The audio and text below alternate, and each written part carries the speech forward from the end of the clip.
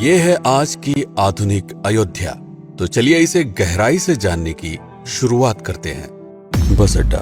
राम मंदिर से 7 किलोमीटर की दूरी पर 14 बीघा जमीन पर 219 करोड़ की लागत से लखनऊ हाईवे पर नया बस अड्डा बनकर तैयार है। Railway station. मंदिर से 1 किलोमीटर की दूरी पर 240 करोड़ रुपए में नया रेलवे स्टेशन डिजाइन किया गया है। भविष्य में अयोध्या से दिल्ली, मुंबई, चेन्नई, बेंगलोर, पुणे, कोलकाता, नागपुर, लखनऊ और जम्मू जैसे शहरों के लिए विशेष रेलगाड़ियां चलाई जाएंगी। हवाई अड्डा। 1450 करोड़ रुपए में लगभग 1300 बीघे में फैला हुआ प्रयागराज हाईवे पर नाके के पास बनाया गया है नया एयरपोर्ट। यहाँ से राम मंदिर की दूरी सिर्फ 12 किलोमीटर है। भविष्य में कई बड़े महानगरों के लिए सीधे उड़ानें उपलब्ध होंगी। घाघरा जलमार्ग। अगर आपके पास अपनी खुद की मोटर बोट है तो छपरा से घाघरा यानी सरयू नदी की सैर करते हुए लगभग 300 किलोमीटर नदी में चलकर भी अयोध्या पहुंच सकते हैं। भविष्य में इस रूट के लिए भी मोटर बोट चलाए जाने का प्रस्ताव है। राम मंदिर। अयोध्या के राम मंदिर की कुल कीमत है 1800 करोड़। पूरी तरह बन जाने के बाद अयोध्या का मुख्य आकर्षण होगा। राजस्थान के मशहूर मकराना के पत्थरों से आकार लेते इस मंदिर की अनुमानित उम्र होगी लगभग 1000 साल। 22 जनवरी को पहली मंजिल का उद्घाटन होगा, जिसमें राम की बाल्यावस्था की मूर्ति रखी जाएगी। बाकी की 2 मंजिलों का कार्य चलता रहेगा। खजुराहो के मंदिरों की नागर शैली के आधार पर इसे तराशा जा रहा है। मंदिर का कुल क्षेत्रफल 156 एकड़ या 251 बीघा है।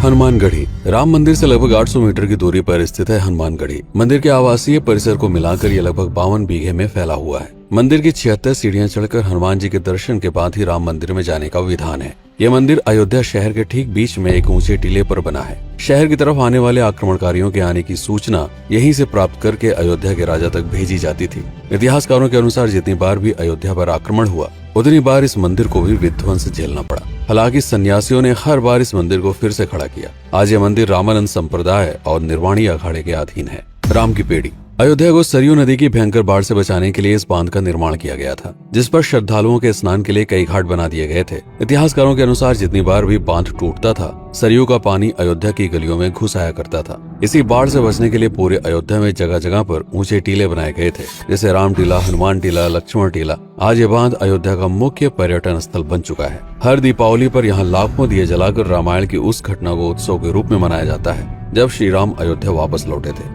अयोध्या के कई बार उजड़ने के पीछे एक कारण इस नदी को भी माना जाता है। हालांकि इसी नदी की वजह से यहाँ पर गन्ने की खेती बड़े स्तर पर की जाती है।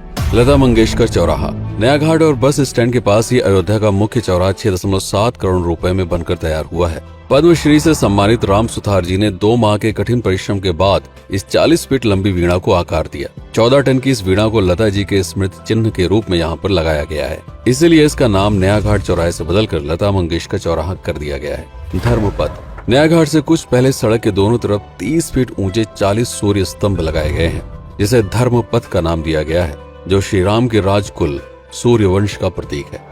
दशरथ समाधि स्थल। नए बस अड्डे के बगल से एक पतली रोड कछार से आगे बढ़ते हुए लगभग 12 किलोमीटर दूर ले आती है दशरथ समाधि स्थल, जो बिलहर घाट पर मौजूद है, जिसके बारे में मान्यता है कि यहाँ पर राजा दशरथ का दाह संस्कार हुआ था। राम मंदिर के साथ ही इस जगह को भी पर्यटन स्थल के रूप में विकसित किए जाने की योजना पर कार्य चल रहा है। भरत कुंड। अयोध्या से 15 किलोमीटर दूर है नंदीग्राम। यहाँ मौजूद तालाब को भरत कुंड कहते हैं। मान्यता है कि इसी जगह से भरत ने पूरे अयोध्या का राज कार्य संचालित किया था। पर्यटकों के लिए इस स्थान को भी विकसित किया जाएगा। गुप्तार घाट। राम की बेड़ी से सरयू नदी के किनारे चलते हुए 10 किलोमीटर दूर स्थित है गुप्तार घाट। ये कैंट एरिया में पड़ता है। इस जगह को श्री राम के जल समाधि के रूप में महत्व दिया जाता है। इसके अलावा अयोध्या नगर में हर गली में कई विशेष मंदिर हैं, जिनकी अपनी मान्यताएं हैं, कथाएं हैं, विशेषताएं हैं। पूरी तरह से विकसित हो जाने के बाद नई अयोध्या को पूरी तरह से जानने के लिए, इसका आनंद लेने के लिए कम से कम 3 दिनों तक यहाँ रुकने की आवश्यकता है। देश विदेश से ज्यादातर पर्यटक भारत आते हैं उत्तर प्रदेश में आगरे का ताजमहल देखने और प्राचीन नगर काशी और सारनाथ घूमने। प्रश्न ये है कि अयोध्या घूमने और श्री राम का मंदिर देखने के लिए भला विदेशी क्यों आएंगे?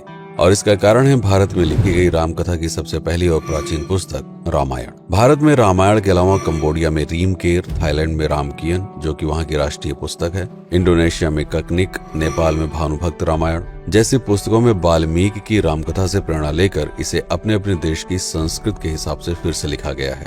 पात्रों के नाम, कुछ नई घटनाओं के अलावा मूल रामकथा सभी में एक जैसी है। इसके अलावा भारत में ही रामकथा को लेकर संस्कृत में 7 संस्करण, हिंदी में 3 संस्करण, गुजराती में 47, उड़िया में 14, तेलुगु में 5, कन्नड़ में 4 और अन्य भाषाओं में लगभग 17 संस्करण मौजूद हैं। इसके अलावा लिखे गए नाटक, कविताएं आदि को भी अगर मिला दिया जाए तो इस दुनिया में 300 से अधिक तरह से राम कथाएं बार बार लिखी गई हैं।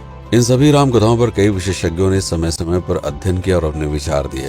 Father Camille Bulcke, Hermann Jacobi, Wendy Doniger, Edward अल खरर, Alf Hiltebeitel, Paula Richman, Aubrey Menon, Ramesh Menon, Radha Vishwanath, Shantanu Gupta, Meenakshi Jain, Lala Sitaram, Swami Gyanananda Saraswati जैसे कई लोगों ने समय समय पर रामकथा को लेकर गहन शोध किया और इसमें छिपे हुए मूल कथा के साथ ही इसके इतिहास को समझने का प्रयास भी किया। रामकथा थी कौशल प्रदेश के द्वारा किष्किंधा और लंका पर विजय प्राप्त करने की पहली बार एक अखंड भारत के निर्माण की। रामायण महत्वपूर्ण इसलिए हो जाता है क्योंकि ये अखंड भारत युद्ध से अधिक व्यक्ति के आदर्शों, सूझबूझ, मित्रता जैसे गुणों से स्थापित हुआ। रामायण एक ऐसा डॉक्यूमेंट है जो ये समझाता है कि भारत पहली बार एक कैसे हुआ। इसलिए ये गाथा न तो कभी भुलाई जा सकती है और न ही कभी मिटाई जा सकती है। और आज की अयोध्या उसे अखंड भारत का एक प्रतीक है, अपनी संपन्नता के कारण जिसने समय समय पर बाहरी आक्रमणकारियों का भी सामना किया। अयोध्या की इसी संपन्नता ने यहाँ पर मुगलों को भी आकर्षित किया। महात्मा बुद्ध भी यहाँ पर रुके, सिखों के गुरु साहब भी आए और जैन धर्म के तीर्थंकर भी। सिर्फ आए ही नहीं बल्कि उनके अनुयायी यहीं पर बसते चले गए।